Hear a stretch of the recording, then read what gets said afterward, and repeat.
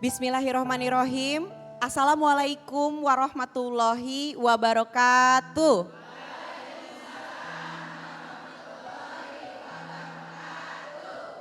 Masya Allah, Allahumma sholli ala Muhammad wa ala ali Muhammad. Pemirsa kajian hati, senang sekali kajian hati bisa kembali hadir di hadapan pemirsa dan juga di hadapan para bunda. Dan seperti biasa, kajian hati selalu hadir dengan tema yang berbeda-beda. Dan kali ini temanya adalah takut dosa, tanda hati masih bernyawa. Masya Allah, banyak sekali di antara kita yang memang rasanya memiliki begitu banyak dosa dan tidak cukup untuk hanya bertaubat Pak Ustadz. Boleh diberikan tausiah pembuka. Bismillahirrahmanirrahim. Assalamualaikum warahmatullahi wabarakatuh.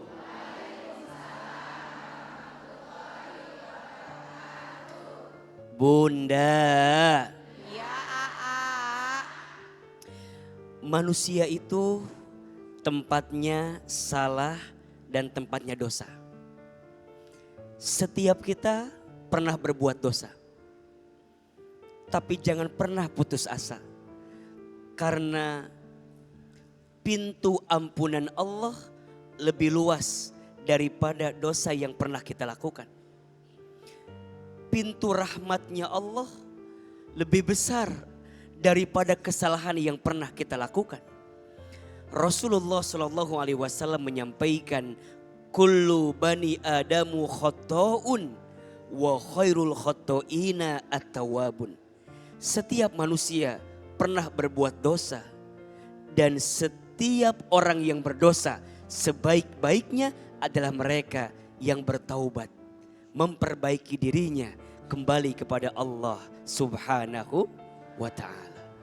Maka ada di antara ciri-ciri yang akan dirasakan ketika seseorang melakukan dosa. Yang pertama, dosa itu mengantarkan kegelisahan. Mohon maaf, kalau kita sudah berbuat dosa pasti gelisah, betul? Kalau kita sudah berbuat dosa pasti hati tidak tenang. Maka di antara ciri kenapa ya hati enggak tenang? Kenapa ya hati gelisah? Cek, mungkin ada dosa yang pernah kita lakukan. Karena biasanya dosa itu mengantarkan kegelisahan. Yang kedua, dosa itu mengantarkan kesengsaraan. Mohon maaf, tidak akan bahagia orang yang terus berada dalam dosa. Tidak akan pernah mendapatkan kemuliaan orang yang masih bertahan dengan dosa. Maka belajar untuk melepas pergi setiap dosa yang pernah kita lakukan. Jangan bangga dengan dosa. Jangan merasa nyaman dengan dosa. Jangan merasa hidup baik-baik saja ketika kita berbuat dosa. Padahal Allah mencintai kita. Apa di antara cintanya? Allah menutupi setiap dosa kita dan Allah berikan kesempatan kita bertaubat. Betul? Innallaha yuhibbut tawwabina wa yuhibbul mutatahhirin. Sesungguhnya Allah mencintai orang yang senantiasa bertaubat dan orang yang mensucikan dirinya. Maka sering AA sampaikan, Allah itu lebih mencintai orang yang banyak dosa, kemudian dia bertaubat daripada orang yang soleh. Sedangkan dia merasa tidak punya salah dalam hidupnya. Dan yang ketiga, dosa itu akan mengantarkan kita dalam keburukan. Jangan menyepelekan dosa kecil. Karena biasanya dosa besar itu terjadi karena kita menyepelekan dosa yang kecil. Betul? Contoh, berbohong. Biasanya kalau orang sudah berbohong di awalnya, maka selanjutnya apa? Akan sibuk menutupi kebohongan kemarin. Setuju? Ingat, tidak akan pernah mendatangkan kebaikan sesuatu yang dimulai dengan keburukan. Tidak akan mengantarkan kebahagiaan sesuatu yang kita hadirkan dalam kesalahan. Tapi saat kita komitmen dengan amal soleh, maka disitulah kita akan mengantarkan kebaikan. Tanya hati, karena dosa itu sangat berkaitan dengan hati. Istafti qalbik, tanyakan hatimu. Karena biasanya hati akan condong kepada kebaikan. Dan jika hati itu gelisah, berarti apa yang kita kerjakan sesuatu yang tidak baik untuk kehidupan kita. Mudah-mudahan Allah titipkan nyawa dalam diri kita. Dan mungkin kita juga pernah berbuat dosa. Segera bertaubat dari dosa. Segera perbaiki diri kita dari dosa. Karena boleh jadi, kenapa doamu belum dikabulkan? Mungkin bukan kurangnya doamu, tapi banyaknya dosamu. Karena yang membuat kebaikan tidak datang dalam hidup kita, karena masih banyak kesalahan yang pernah kita lakukan dalam kehidupan kita. Sebelum minta apapun, belajarlah minta ampun. Karena dosamu menghalangimu dari kebaikan. Semoga Allah jaga kita dari setiap dosa yang pernah dilakukan. Rabbana dzolamna anfusana wa illam taghfir lana wa tarhamna lanakunanna minal khosirin. Amin ya rabbal alamin. Kajian hati. Untuk itu kita langsung mengundang, ini dia bintang tamu kita, ada Kak Fernita Syabila. Ya kita persilahkan. Mangga. Assalamualaikum Pak Ustadz, perkenalkan nama saya Fernita Syabila. Di tahun 2019 saya pernah dituduh sebagai pelakor. Saya difitnah, padahal saya tidak melakukan itu. Nama saya dijelek-jelekan di media sosial dan dimanapun oleh istrinya. Setelah itu berlalu, saya mencoba ikhlas, tetapi saya malu dengan keluarga saya, terutama ibu saya, karena orang tua saya kebetulan tinggal ibu dan sakit jantung. Pada tahun 2020, hidup aku berubah drastis. Aku terlibat lagi kasus, yaitu dituding dan dijebak prostitusi online. Hati saya sangat hancur karena saya tidak melakukan itu. Saya diundang ke Lampung untuk nyanyi. Diberitakan bahwa saya melakukan prostitusi online dengan bayaran 30 juta katanya. Padahal saya tidak menerima uang yang dimaksud tersebut.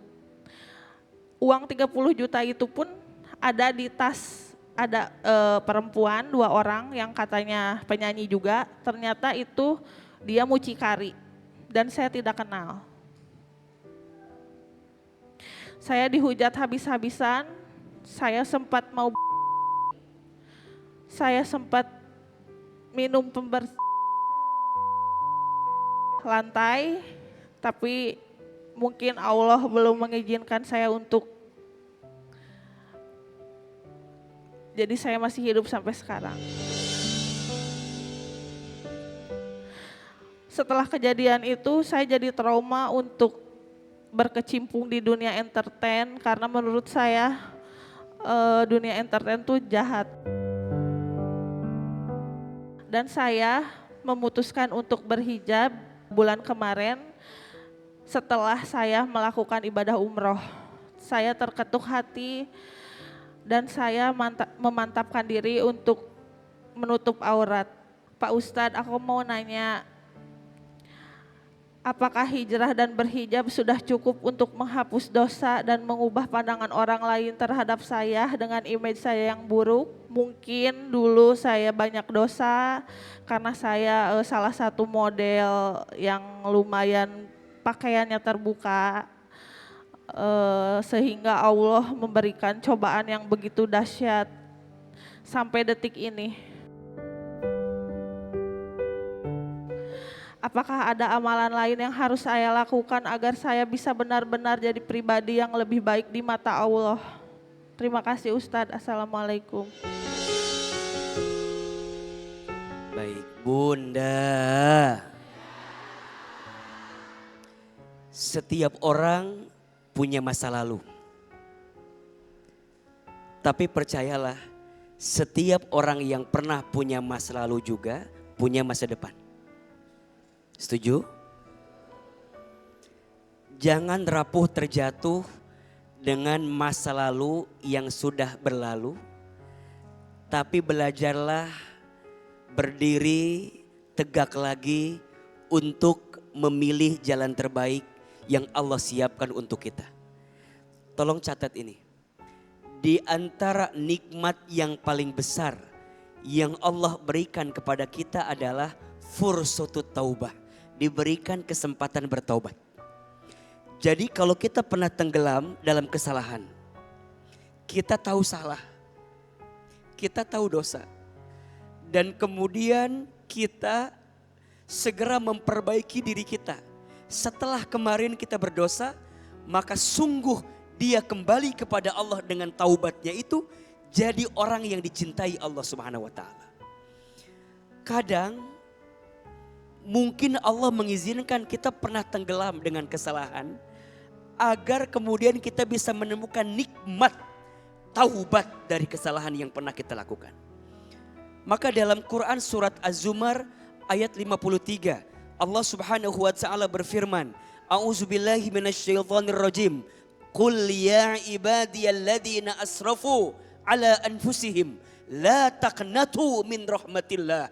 Innallaha yaghfirud dzunuba jami'an. Wahai hambaku yang pernah melampaui batas berbuat dosa. Semua dosa sudah dia lakukan. Tubuhnya buat dosa. Matanya buat dosa. Tangannya buat dosa. Pakaiannya, auratnya. Semua dosa pernah saya lakukan. La taqnatu min rahmatillah. Jangan pernah putus asa dengan rahmat Allah. Saat kita kembali, saat kita bertaubat, sesungguhnya Allah akan ampuni semua dosamu. Bukan sebagian, tapi semua. Maka hijrah jangan nanggung. Berubah jangan nanggung. Yang paling sulit itu istiqomahnya. Betul? Maka ada istilah hijrah itu mudah. Yang sulit istiqomah. Yang lebih sulit wafat dalam keadaan husnul khatimah. Maka sekarang Mbak Verina sudah pernah merasakan tenggelam dalam kesalahan. Sekarang hijrah pelan-pelan. Kita gak bisa merubah masa lalu. Yang bisa kita rubah adalah masa depan. Setuju? Kalau boleh menyesal silahkan. Nyesel dulu pernah foto gak baik. Nyesel dulu pernah terbuka aurat. Harus nyesal. Bahkan kalau ingat itu nangis. Malu sama Allah. Bukan malu sama manusia. Karena manusia mah datang dan pergi. Yang suka, yang benci datang dan pergi. Tapi kalau kita ingat dosa, nyesel, nangis, malunya bukan karena manusia. Malu sama siapa? Allah. Malu ya Allah. Fotoku dulu, tubuhku dulu pernah dilihat oleh orang lain. Maka mohon maaf, hari ini yang masih tenggelam dalam dosa, apalagi dosa jariah.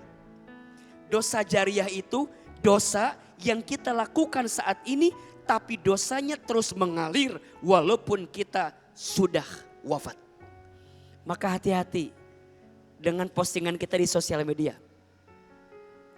Mungkin kitanya wafat, tapi postingan kita masih ada.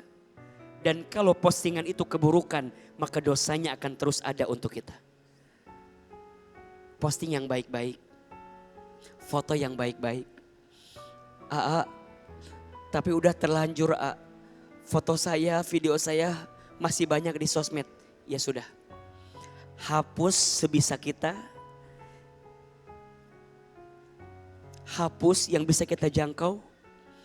Yang tidak bisa kita berserah sama Allah. Semoga Allah menutupi semua kesalahan kita.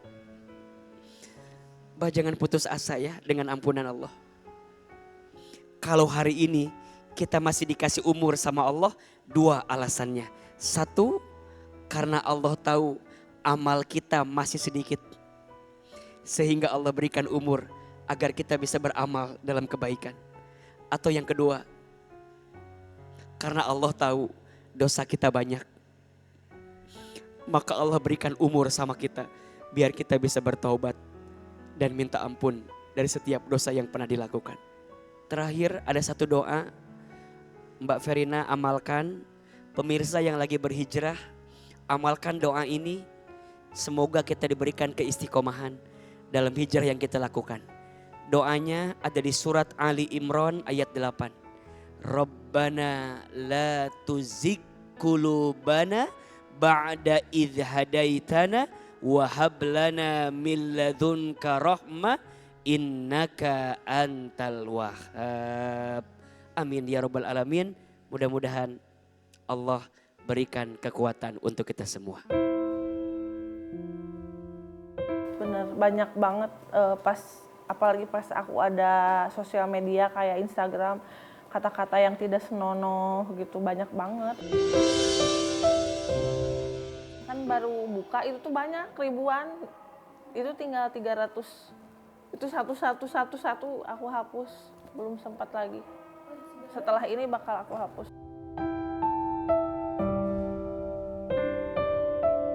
Sebaiknya dihijab karena dihijab tuh sangat nyaman, adem, terus juga menutup aurat, tidak mengundang dari laki-laki, sedikit lebih tenang dan paham gitu bahwa tidak usah dendam atau terlalu mendalami ingat ke masa lalu, tapi kita harus melihat ke depan dan berubah gitu.